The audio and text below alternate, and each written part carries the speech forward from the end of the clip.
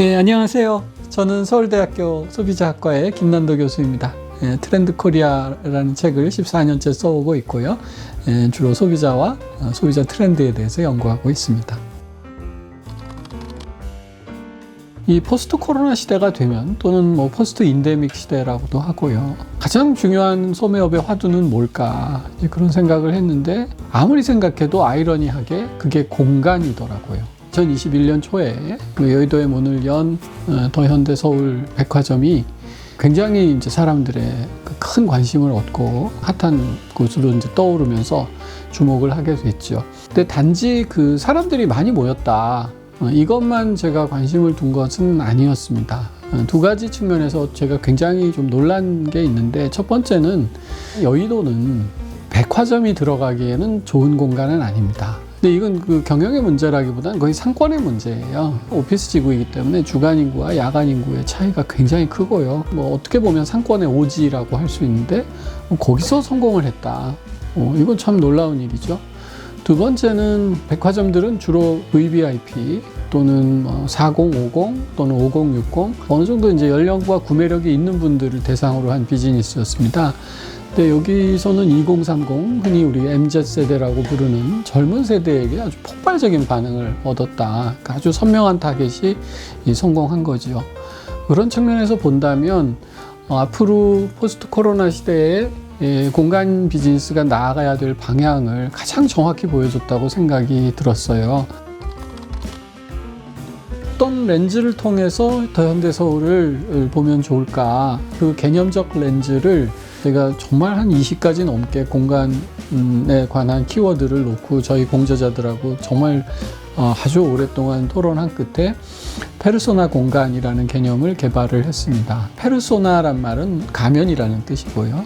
우리가 이제 현대를 살면서 자기 있는 밑모습을 그대로 보여주진 않죠. 현대인에게 페르소나는 옛날보다 훨씬 더 중요한 의미를 띠게 됐어요. 왜냐하면 굉장히 많은 SNS를 동시에 하기 때문입니다. 특히 요즘은 한 인스타그램에도 복수의 계정을 운영하는 분들도 계시고요. 그러니까 어떤 SNS, 어떤 계정으로 접속하느냐에 따라서 내 페르소나가 되게 달라지는 거죠. 저는 젊은이들이 요새 MBTI 테스트나 각종 성향 테스트 이런 데 열광하는 이유가 나는 어떤 사람인가, 나의 페르소나는 무엇인가 하는 것이 굉장히 중요한 과제가 됐어요. 저희가 이제 그렇게 분석하면서 스스로 깜짝 놀란 것이, 글쎄요, 더현대 서울 기획하신 분들이 아마 페르소나 공간을 만들자 이런 개념을, 용어를 알고 계시진 않았을 거예요.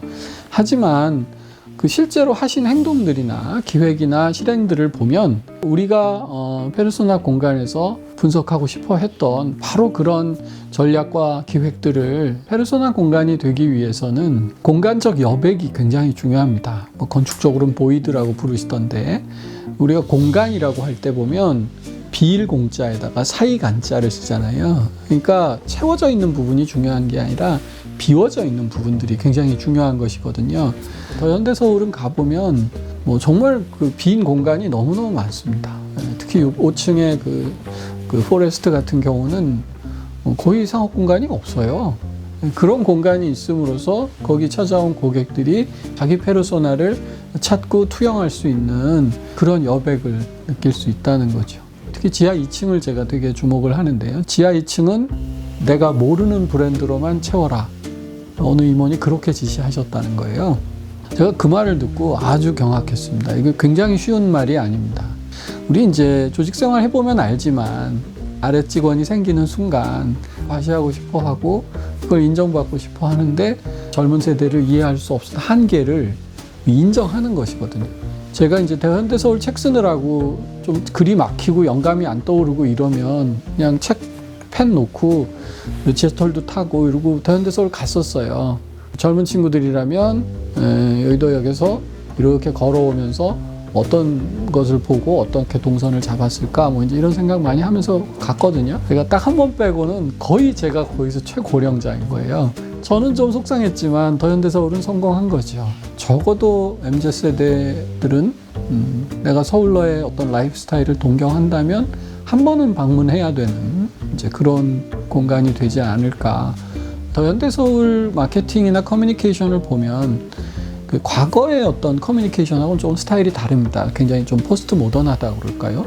뭐 하자는 거예요? 백화점자랑 한 글자도 안 나오고 상품도 하나도 안 나오고 그러면 이제 그 다른 팀에서는 좀 뭐 하는 거야 하고 좀 옛날식으로 조금 할인한다고 그러고 뭐 가을에 추석이든 이제 세일한다고 좀 광고 좀 해줘. 자기 부서에서 생각한 철학을 이제 끝까지 고수할 수 있고 또 이제 그걸 지켜주고 하는 걸 보면서 이 조직 상하 간에 또는 부서 간의 신뢰가 굉장히 탄탄하구나. 제가 그런 걸 느꼈어요. 단지 백화점 유통에 관한 책은 아닙니다. 읽어보시면 첫 번째로 제가 생각하는 분들은 공간을 가지고 비즈니스를 하셔야 되는 분들. 아무리 언택트가 발달을 했다고 하지만 아직도 공간은 굉장히 중요한 비즈니스의 터전입니다.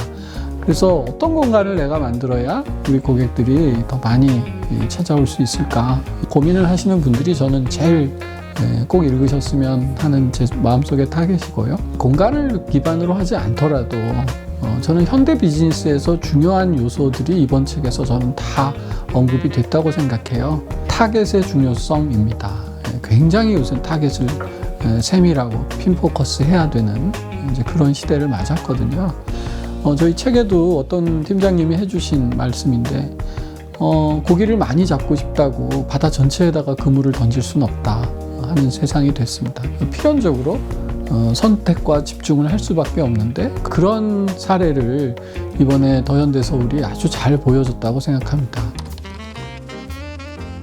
저는 오프라인 공간이란 말 그렇게 좋아하진 않아요. 왜냐하면 온라인이 주고 오프라인은 어떤 거기에 종속된 느낌이 자꾸 드는데 저는 좀 반대인 것 같거든요. 현재까지는 실제 공간이라는 말이 전 더 어울리는 것 같고요.